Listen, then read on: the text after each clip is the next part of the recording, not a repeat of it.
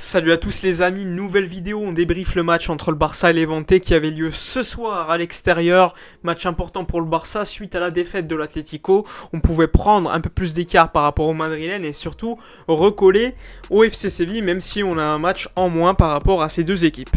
Alors tout d'abord, pour débriefer le match, on revient sur les deux 11. Côté Barça, Ter Stegen au but, la défense centrale Araujo et Eric Garcia sur les côtés, Jordi Alba, Dani Alves. Le milieu de terrain, nous avions Busquets, Frenkie de Jong et Nico Gonzalez. Et devant, nous avions Ousmane Dembélé, Aubameyang, Ferran Torres. Donc une grosse équipe de la part de Xavi avec Pedri sur le banc pour se reposer. L'absence de Dest classique aujourd'hui qui va revenir lors du prochain match. Memphis également qui va revenir. Donc c'était assez attendu, Nico Gonzalez qui joue alors que ça faisait assez longtemps qu'il n'avait pas joué. Côté Levante, alors pas mal de joueurs qu'on connaît plutôt bien aujourd'hui, Morales qui est le capitaine de cette équipe, qui a fait beaucoup de mal au Barça mais on en parlera. Il y avait également Robespierre, il y avait aussi Roger Martí devant qui a fait beaucoup de mal. Une belle équipe des Levante, on en parlera de toute façon maintenant en débriefant de tout d'abord la première mi-temps. Alors gros pressing dès les premières secondes, Dani Alves qui rate complètement un dégagement dans l'axe, c'est une frappe finalement qui passe pas très loin du but de Ter Stegen. On répond assez rapidement par le biais, il me semble, de Frenkie de Jong et Ferran Torres qui avait combiné, il y a une frappe qui passe pas très loin non plus.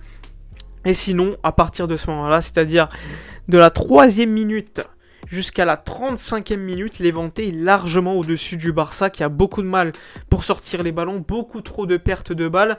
On a vu un Dani Alves qui souffrait énormément pour sortir les ballons. Alors certes, à un moment donné, il s'est complètement fait mal à la cheville sur une contre-attaque qu'il aurait pu beaucoup mieux négocier. Mais c'est pas une excuse. Morales nous a fait énormément de mal. Il passait quasiment systématiquement. Même Araujo a eu beaucoup de mal à le contrôler. Heureusement, il y a eu un Eric Garcia que j'ai trouvé plutôt solide en première mi-temps, qui a sauvé les meubles, parce que franchement, c'était assez inquiétant de voir ça.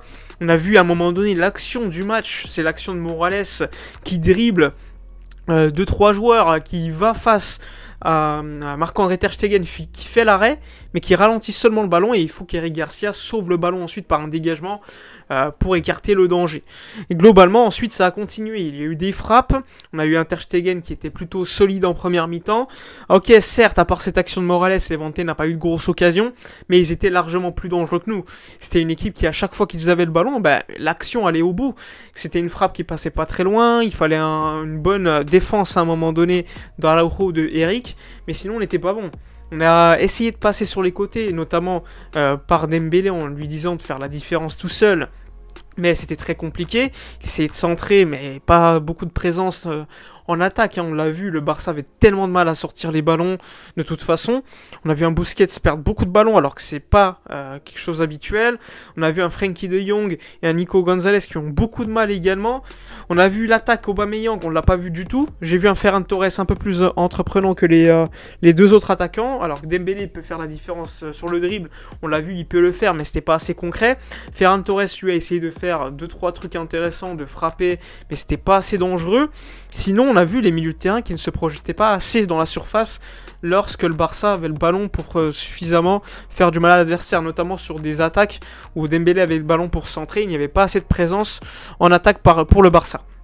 Donc un Aubameyang qui avait beaucoup de mal à sortir les ballons.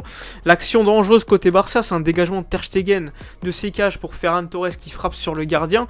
Mais sinon, on a eu beaucoup de mal. Et ça, c'est vraiment systématique, symbolique de ce qu'on a vu en première mi-temps. Une frappe de Ter Stegen, un dégagement pour Ferran Torres qui se crée une occasion. C'est Levante qui a vraiment défendu très très haut par rapport au Barça. On avait l'impression de voir en fait une équipe du Barça en face, alors que non, c'était Levante à domicile.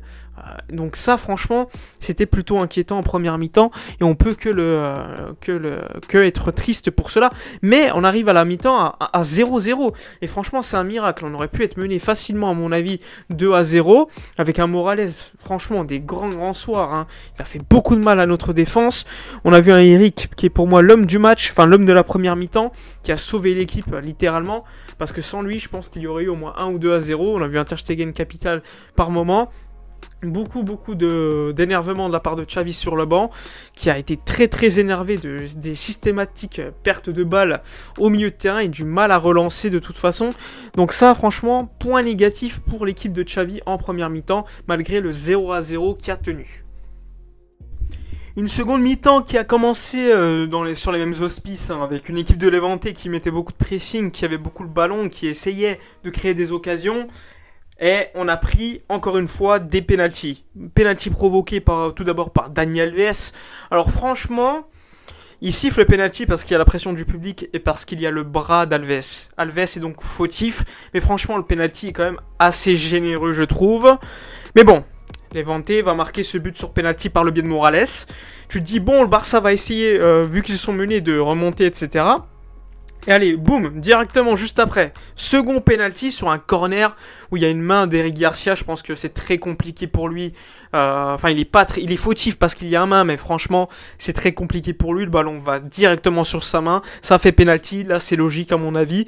Et cette fois-ci, c'est Ter Stegen qui fait l'arrêt.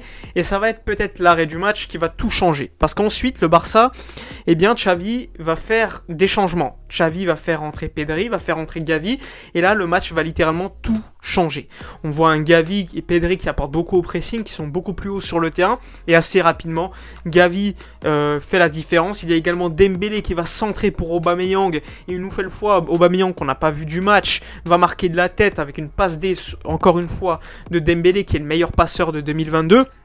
Ça fait 1-1, et là on a le momentum, on va marquer le second but juste après par le biais de Gavi qui va littéralement tuer l'adversaire et servir Pedri, encore une fois décisif, qui va marquer ce but encore une fois devant la surface, petit filet, comme contre le FC Séville.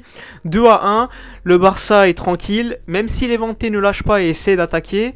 Et malheureusement, encore une fois, le Barça ne va pas tuer le match, et Levante va continuer à pousser. Et là on va faire entrer l'anglais. Et malheureusement, l'anglais qui va remplacer Alves, qui n'a pas été bon, selon moi, eh bien, va commettre une faute. Nouveau penalty, troisième penalty dans le match pour Levante. Et cette fois-ci, ça fait ficelle, ça fait 2-2. Il reste 10 minutes. Et comme d'habitude, quand il reste 10 minutes, qu'est-ce qu'il fait, Xavi ? Il fait rentrer Luc de Jong, il y a Adama Traoré qui rentre également, et on va pousser. Il y aura une grosse occasion pour Gavi qui va être arrêté par le gardien de Levante, et à la fin, au bout du bout, Jordi Alba va délivrer l'équipe par un centre magnifique pour Luc de Jong qui est à mon avis le joueur en Europe qui a le plus de buts par ballon touché, par minute jouée. En 2022, il nous a délivré contre l'Espagnol en égalisant, il nous a fait gagner à Majorque, il nous fait gagner ce soir littéralement.